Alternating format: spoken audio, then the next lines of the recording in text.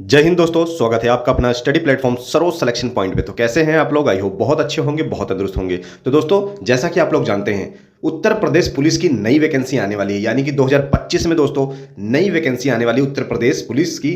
तो लगभग 30,000 plus vacancy आने वाली है। ठीक है, याद रखिएगा। और इसका रास्ता साफ हो चुका है। 100% वैकेंसी आपकी आने वाली है। हो सकता है अप्रैल के लास्ट वीक या मई के फर्स्ट वीक तक आपकी नई उत्तर प्रदेश पुलिस कांस्टेबल की वैकेंसी आ जाए दोस्तों। तो क्यों ना हम अपनी तैयारी पहले से ही स्टार्ट करें और पहले से ही तैयार रखें अपनी तैयारी को। तो दोस्तों, जैसा कि आप लोग जानते हैं, मानवाधिकार से 2 से 3 क्वेश्चन सभी शिफ्टों में 60,244 भर्ती में पूछा गया था। तो संभवतः मानवाधिकार से अब हर एग्जाम में पूछे जा रहे हैं। तो आपके आने वाले एग्जाम यानी कि उत्तर प्रदेश पुलिस कांस्टेबल जो आने वाली है आपकी 30,000 प्लस, उसमें भी 100% मानवाधिकार से 2 से 3 क्वेश्चन पूछे जाएंगे। तो इस वीडियो को देखने के बाद दोस्तों आपको मानवाधिकार कहीं से भी पढ़ने की जरूरत नहीं है। संपूर्ण मानवाधिकार इस वीडियो में आपको देखने को मिलेगा। मैंने पिछली वीडियो जब डाली थी उत्तर प्रदेश 60,244 पदों पर जो भर्ती हुई थी, उसमें बार बार सभी शिफ्टों में क्वेश्चन पूछे गए। तो संभवतः आगे भी आपको देखने को मिलेंगे। तो अच्छे से वीडियो को पढ़िएगा, शुरू से अंत तक देखिए दोस्तों। बहुत ही इंपॉर्टेंट और यूजफुल वीडियो साबित होने वाली है आपकी मानवाधिकार की। चलिए क्वेश्चन की ओर चलते हैं। क्वेश्चन शुरू करने से पहले अगर आप चैनल पर नए हैं तो चैनल को सब्सक्राइब करें, लाइक करें, अपने दोस्तों तक भी शेयर करें। चलिए क्वेश्चन नंबर 1 क्या कहता है। क्वेश्चन नंबर 1 कहता है, भारत में राष्ट्रीय मानवाधिकार आयोग की स्थापना कब हुई थी? तो इसका जो राइट आंसर होगा वो क्या होगा? भारत में राष्ट्रीय मानवाधिकार आयोग की स्थापना कब हुई थी? तो ये हुई थी दोस्तों 12 अक्टूबर 1993 में। तो ऑप्शन बी आपका बिल्कुल राइट आंसर है। पूरी डेट आप याद करेंगे तो 12 अक्टूबर को आपको याद करना होगा। 12 अक्टूबर 1993 को भारत में राष्ट्रीय मानवाधिकार आयोग की स्थापना हुई थी। ऑप्शन बी 100% राइट आंसर है। चलिए अगले क्वेश्चन की ओर चलते हैं। अगला क्वेश्चन आपसे कहता है, राष्ट्रीय मानवाधिकार का कार्यालय कहाँ पर है? तो राष्ट्रीय मानवाधिकार का जो कार्यालय है वो कहाँ पर है? तो वो है ऑप्शन ए नई दिल्ली। याद रखेंगे कहाँ पर है? ऑप्शन ए नई दिल्ली बिल्कुल राइट आंसर है। चलिए अगला क्वेश्चन। अगला क्वेश्चन कहता है, राष्ट्रीय मानवाधिकार में कितने सदस्य होते हैं? तो जो राष्ट्रीय मानवाधिकार होता है उसमें जो सदस्य होते हैं वो कितने होते हैं? तो कुल जो सदस्य होते हैं वो होते हैं 6। टोटल सदस्य 6 होते हैं, जिसमें से एक जो होता है वो होता है अध्यक्ष, और बाकी अन्य जो 5 होते हैं ये होते हैं सदस्य। ठीक है, याद रखेंगे। एक अध्यक्ष होता है और 5 सदस्य होते हैं, तो टोटल मिलाकर ये 6 हो जाते हैं। ठीक है, याद रखिएगा। चलिए आगे बढ़ते हैं। अगला क्वेश्चन क्या कहता है, राष्ट्रीय मानवाधिकार के सदस्यों की नियुक्ति कौन करता है? तो राष्ट्रीय मानवाधिकार के जो सदस्य होते हैं उनकी नियुक्ति कौन करता है? तो वो करता है राष्ट्रपति, यानी भारत का राष्ट्रपति इनकी नियुक्ति करता है। तो राष्ट्रीय मानवाधिकार का जो अध्यक्ष होता है दोस्तों वो कौन होता है? वो होता है सुप्रीम कोर्ट का रिटायर्ड जज होता है, यानी कि मुख्य न्यायाधीश। ठीक है, याद रखेंगे। या तो उच्च न्यायालय का यानी उच्चतम न्यायालय का उच्चतम न्यायालय यानी कि सर्वोच्च न्यायालय का न्यायाधीश। ठीक है, याद रखेंगे। रिटायर्ड न्यायाधीश या मुख्य न्यायाधीश होता है किसका? चीफ जस्टिस ऑफ इंडिया आप कह सकते हैं, या सुप्रीम कोर्ट का मुख्य न्यायाधीश। चलिए आगे बढ़ते हैं। अगला क्वेश्चन कहता है, राज्य मानवाधिकार आयोग में कुल कितने सदस्य होते हैं? अब बात हो रही है राज्य यानी कि स्टेट में जो मानवाधिकार आयोग होता है उसमें कुल सदस्य कितने होते हैं? तो राज्य में कितने होते हैं? याद रखेंगे 3 होते हैं। ठीक है, किसी भी राज्य में मानवाधिकार सदस्य होते हैं 3। एक होता है अध्यक्ष और 2 होते हैं सदस्य। ठीक है, याद रखेंगे। उसी प्रकार से अगर राष्ट्रीय भारत में पूछ रहा है तो भारत में टोटल 6, एक अध्यक्ष 5 सदस्य। तो यहाँ पर राज्य पूछा है आपसे तो ऑप्शन सी बिल्कुल राइट आंसर है। 3 कुल सदस्य होते हैं। ठीक है, एक अध्यक्ष 2 सदस्य। चलिए अगला क्वेश्चन कहता है, भारत में राष्ट्रीय महिला आयोग की स्थापना कब की गई थी? तो भारत में राष्ट्रीय महिला आयोग की जो स्थापना है दोस्तों वो कब की गई थी? तो इसका जो राइट आंसर होगा वो क्या होगा? तो याद रखेंगे 1992। ऑप्शन सी आपका क्या है? बिल्कुल राइट आंसर है। ठीक है, याद रखेंगे। तो राष्ट्रीय महिला आयोग की स्थापना 1992 में हुई थी। उस समय जो प्रथम महिला अध्यक्ष थी वो कौन थी? जयंती पटनायक। ठीक है, याद रखेंगे कौन थी? जयंती पटनायक थी। पर वर्तमान समय में कौन है? विजया किशोर रहाटकर। ठीक है, याद रखेंगे। आगे मैं आपको बताऊंगा, क्वेश्चन में मैंने डाला हुआ है कि वर्तमान समय में कौन है। ठीक है, याद रखेंगे। पर आप प्रथम याद कर लेंगे, क्या नाम था? जयंती पटनायक। ठीक है, जयंती पटनायक थे, ये प्रथम थी 1992 में। ठीक है, याद रखेंगे सभी लोग। चलिए आगे बढ़ते हैं। मानवाधिकार से रिलेटेड ये मोस्ट इंपॉर्टेंट वीडियो है। मानवाधिकार के आपको इसमें सारे क्वेश्चन मिलेंगे, एक एक क्वेश्चन मिलेंगे जो हर तरह के एग्जाम में मानवाधिकार से यानी कि ह्यूमन राइट से क्वेश्चन 100% पूछे जाते हैं। तो यहाँ पर इस वीडियो में आपको संपूर्ण मानवाधिकार क्वेश्चन देखने को मिलेगा। तो इस वीडियो को शुरू से अंत तक अच्छे से पढ़िएगा। सारे इंपॉर्टेंट क्वेश्चन हैं, जितने भी क्वेश्चन मैं करवा रहा हूँ सभी रिपीटेड हैं। अगर मानवाधिकार से आपसे कोई क्वेश्चन पूछता है तो इस वीडियो से बाहर एक भी क्वेश्चन नहीं पूछेगा। तो अच्छे से पूरी वीडियो को आप लोग अच्छे से रट लेंगे। आप किसी भी एग्जाम की तैयारी कर रहे हो, वो चाहे सेंट्रल गवर्नमेंट हो या स्टेट गवर्नमेंट, सभी तरह के एग्जामों में इसमें से 2 से 3 क्वेश्चन 100% आपसे पूछे जाने वाले हैं। तो वीडियो को शुरू से अंत तक एक एक क्वेश्चन अच्छे से पढ़िएगा। चलिए आगे बढ़ते हैं। तो अगला क्वेश्चन क्या कह रहा है, राष्ट्रीय मानवाधिकार का अध्यक्ष कौन होता है। जैसे कि मैंने आपको बताया, भारत के सेवानिवृत्त या तो यानी कि रिटायर मुख्य न्यायाधीश, ठीक है, याद रखेंगे, रिटायर मुख्य न्यायाधीश, भारत के मुख्य न्यायाधीश यानी कि उच्चतम न्यायालय, सर्वोच्च न्यायालय, ठीक है, सुप्रीम कोर्ट के मुख्य न्यायाधीश, याद रखेंगे। ऑप्शन ए आपका 100% राइट आंसर है। तो अगला क्वेश्चन आपसे कहता है कि भारत के प्रथम मानवाधिकार अध्यक्ष कौन थे। तो भारत के जो प्रथम मानवाधिकार अध्यक्ष थे वो थे न्यायमूर्ति श्री रंगनाथ मिश्रा। ऑप्शन सी आपका क्या है, 100% राइट आंसर है, ठीक है, याद रखिएगा। ये तो थे प्रथम, पर वर्तमान में कौन है, बिल्कुल दिसंबर 2024 में बदल चुके हैं, यानी कि करंट का क्वेश्चन है दोस्तों। अब आने वाली आपकी परीक्षा में, यानी कि आगे जो भी परीक्षा आने वाली हैं उसमें अगर करंट से पूछेगा तो आपको सीधा आंसर देना है न्यायमूर्ति वी रामा सुब्रमण्यम जो हैं वो वर्तमान समय में कौन है, मानवाधिकार अध्यक्ष हैं, ठीक है, याद रखिएगा। ऑप्शन सी यहाँ पर जो क्वेश्चन है आपका बिल्कुल राइट आंसर है। चलिए आगे बढ़ते हैं।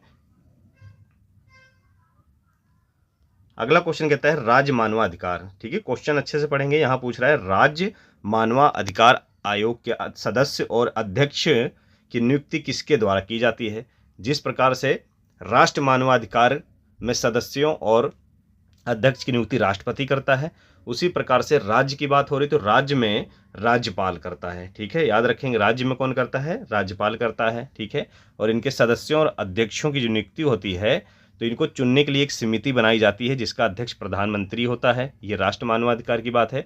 पर राज्य की बात है तो यहाँ मुख्यमंत्री होगा उनका अध्यक्ष, और जितने भी उनके गृह मंत्री, विधानसभा, लोकसभा और अन्य जो विधान परिषद वगैरह हैं इनके सदस्य उसमें शामिल होते हैं, ठीक है, याद रखिएगा। पर नियुक्ति कौन करता है, नियुक्ति करता है राज्यपाल। ये राज्य मानवाधिकार की बात हो रही है।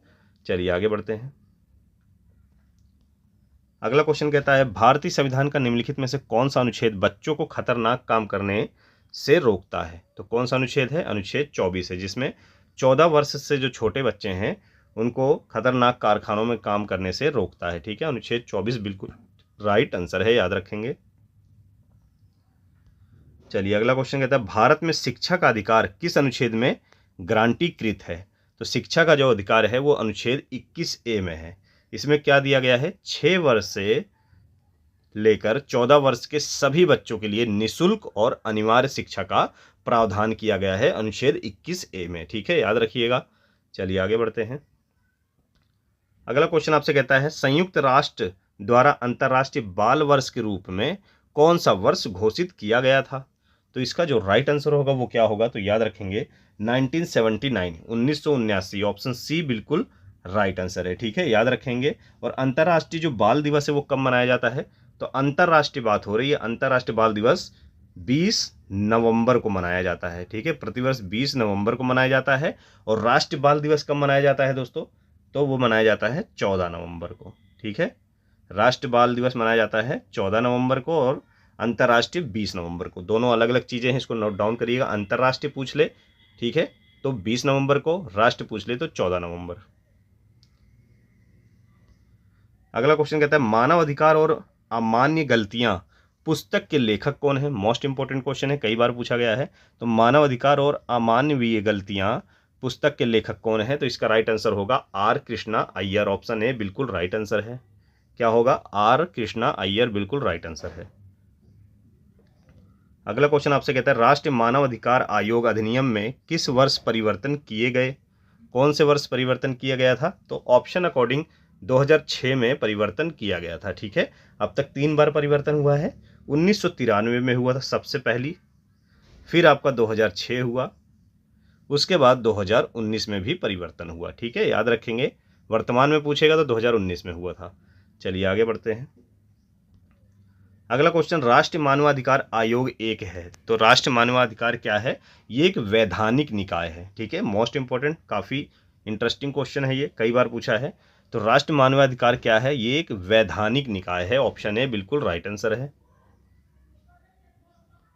अगला क्वेश्चन कहता है, राष्ट्रीय मानवाधिकार आयोग के अध्यक्ष का कार्यकाल कितना होता है? तो राष्ट्रीय मानवाधिकार आयोग के अध्यक्ष का कार्यकाल कितना होता है? अच्छे से इस क्वेश्चन को आप लोग पढ़ेंगे, क्योंकि इस क्वेश्चन में थोड़ा सा यहाँ पे चेंज किया गया है। ठीक है, मैं बताता हूँ क्या चीज़ चेंज है।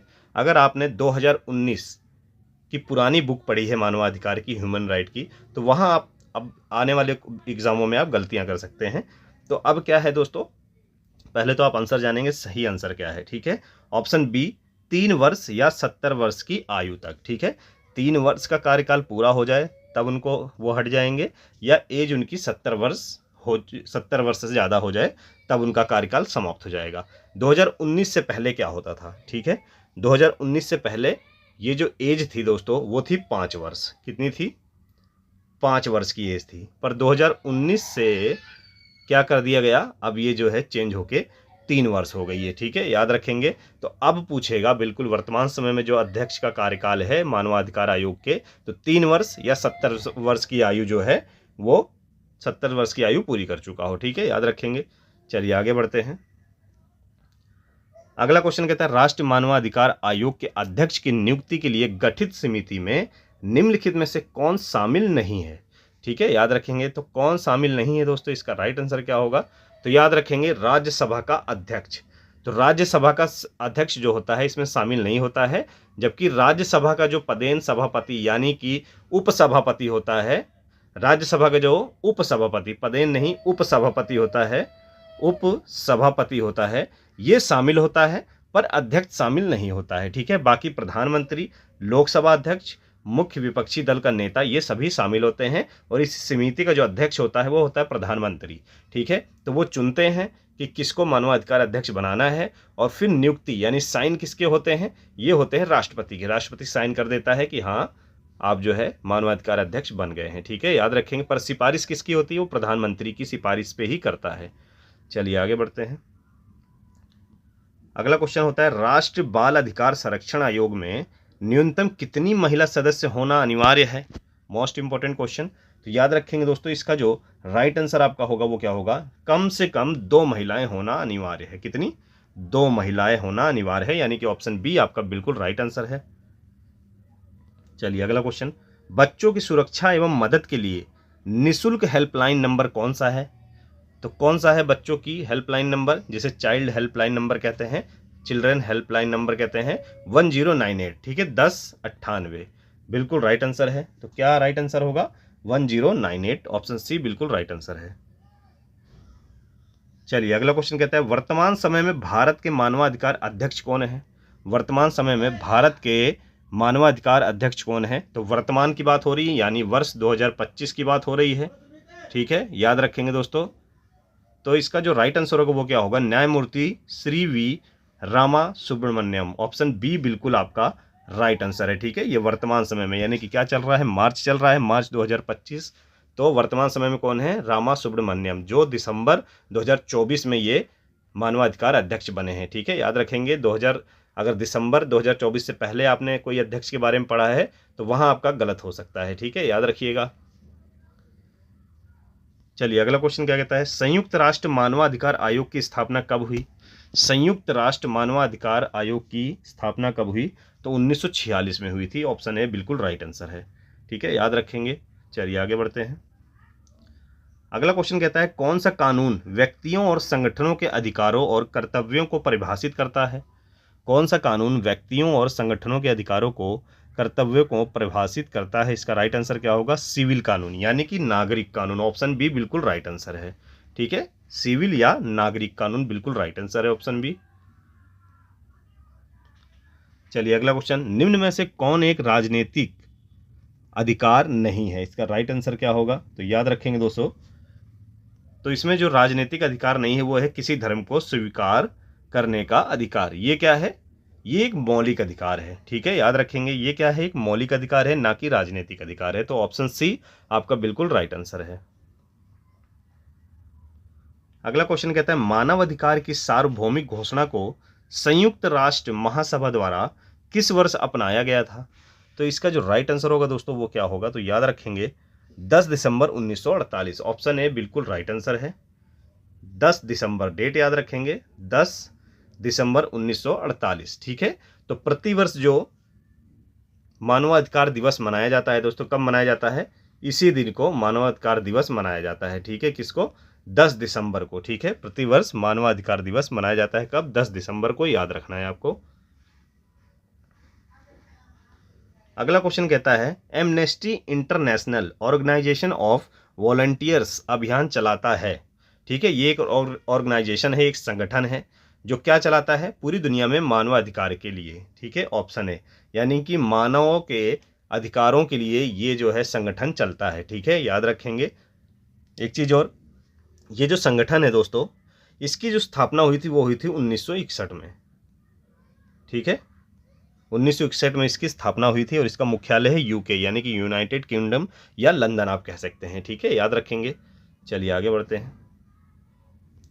अगला क्वेश्चन कहता है उत्तर प्रदेश राज्य मानवाधिकार आयोग का गठन कब किया गया था? तो इसका जो राइट आंसर होगा वो क्या होगा, तो याद रखेंगे दोस्तों, इसका जो राइट आंसर होगा वो होगा 7 अक्टूबर 2002। ठीक है, याद रखेंगे 7 अक्टूबर 2002 बिल्कुल राइट आंसर है। और इसका मुख्यालय कहाँ पर है? उत्तर प्रदेश के लखनऊ में, यानी कि उत्तर प्रदेश की राजधानी लखनऊ में। उत्तर प्रदेश राज्य मानवाधिकार का मुख्यालय कहाँ पर है? यहाँ देखिए क्वेश्चन दे रखा है, तो ऑप्शन सी लखनऊ। ठीक है, जैसा मैंने आपको भी बताया लखनऊ में है। ठीक है, याद रखिएगा। चलिए अगला क्वेश्चन, वर्तमान में राष्ट्रीय महिला आयोग के अध्यक्ष कौन है? वर्तमान समय में पूछ रहा है दोस्तों। ठीक है, इससे पहले अगर आपने 4-5 महीने पहले कोई बुक पढ़ी होगी या नोट्स पढ़े होंगे तो उसमें आपको रेखा शर्मा देखने को मिलेगा, लेकिन अब क्या है, नवंबर में रेखा शर्मा बदल चुकी हैं दोस्तों। अब कौन आ गया है? विजया किशोर राहटकर। ऑप्शन डी बिल्कुल राइट आंसर है। ठीक है, याद रखेंगे। तो वर्तमान समय की बात हो रही है दोस्तों, तो रेखा शर्मा चेंज हो चुकी हैं, वर्ष 2024 में हट चुकी हैं नवंबर में। तो नवंबर से जो कौन है, विजया किशोर राहटकर जो हैं, ये महिला आयोग के अध्यक्ष हैं। बिल्कुल करंट का क्वेश्चन है, हाल ही का क्वेश्चन है, तो अच्छे से इसको रटिएगा दोस्तों। चलिए आगे बढ़ते हैं। अगला क्वेश्चन कहता है नीचे कौन सा एक गैर संवैधानिक निकाय है? कौन सा एक गैर संवैधानिक निकाय है? तो वो है राष्ट्रीय मानवाधिकार। ऑप्शन सी बिल्कुल आपका राइट आंसर होगा। क्या होगा? राष्ट्रीय मानवाधिकार। चलिए अगला क्वेश्चन कहता है अंतर्राष्ट्रीय मानवाधिकार का मुख्यालय कहाँ पर है? अंतर्राष्ट्रीय मानवाधिकार का मुख्यालय कहाँ पर है दोस्तों? जिनेवा। जिनेवा कहाँ पर है? स्विट्जरलैंड में। ठीक है, याद रखेंगे। ऑप्शन सी आपका बिल्कुल राइट आंसर है। अगला क्वेश्चन, अंतर्राष्ट्रीय मानवाधिकार दिवस कब मनाया जाता है? जैसा मैंने आपको बताया कि प्रतिवर्ष 10 दिसंबर को अंतर्राष्ट्रीय मानवाधिकार दिवस मनाया जाता है। ऑप्शन बी बिल्कुल राइट आंसर है। ठीक है, ऑप्शन बी 10 दिसंबर को हर साल अंतर्राष्ट्रीय मानवाधिकार दिवस मनाया जाता है। ऑप्शन बी बिल्कुल राइट आंसर है, 10 दिसंबर। चलिए अगला क्वेश्चन, एमनेस्टी इंटरनेशनल का मुख्यालय कहाँ पर है? ठीक है, तो जैसा मैंने आपको बताया यूके या लंदन में। ठीक है, याद रखेंगे। ऑप्शन सी बिल्कुल राइट आंसर है। अगला क्वेश्चन कहता है संविधान के किस भाग को भारतीय संविधान का मैग्ना कार्टा कहा जाता है? Most important. तो संविधान के किस भाग को कहा जाता है दोस्तों? इसका राइट आंसर क्या होगा? तो याद रखेंगे संविधान के भाग 3 को। ऑप्शन बी बिल्कुल राइट आंसर है। संविधान के भाग 3 को मैग्ना कार्टा कहा जाता है। किस लिए? क्योंकि इसमें मौलिक अधिकारों का वर्णन है। ठीक है, मौलिक अधिकारों को जो वर्णन है वो किस में है? भाग 3 में। ठीक है, क्या किसका वर्णन है? मौलिक अधिकारों का। ठीक है, याद रखेंगे। चलिए अगला क्वेश्चन क्या कहता है राज्य मानवाधिकार आयोग के अध्यक्ष और सदस्यों की नियुक्ति के लिए नाम की सिफारिश करने वाली समिति में कौन शामिल नहीं है?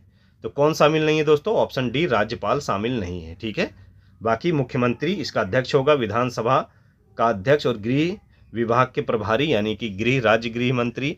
तो दोस्तों ये सब शामिल होते हैं, पर राज्यपाल जो होता है इसमें शामिल नहीं होता है। हालांकि वो साइन कर उसकी नियुक्ति करता है खाली। ठीक है, पर शामिल कौन होते हैं? प्रधानमंत्री राष्ट्र में यानी कि भारत में, और राज्यों में मुख्यमंत्री और उसके द्वारा चुने गए सदस्यों द्वारा। चलिए आगे बढ़ते हैं। अगला क्वेश्चन कहता है राज्य मानवाधिकार आयोग का अध्यक्ष कौन बन सकता है? तो राज्य मानवाधिकार का अध्यक्ष कौन बन सकता है?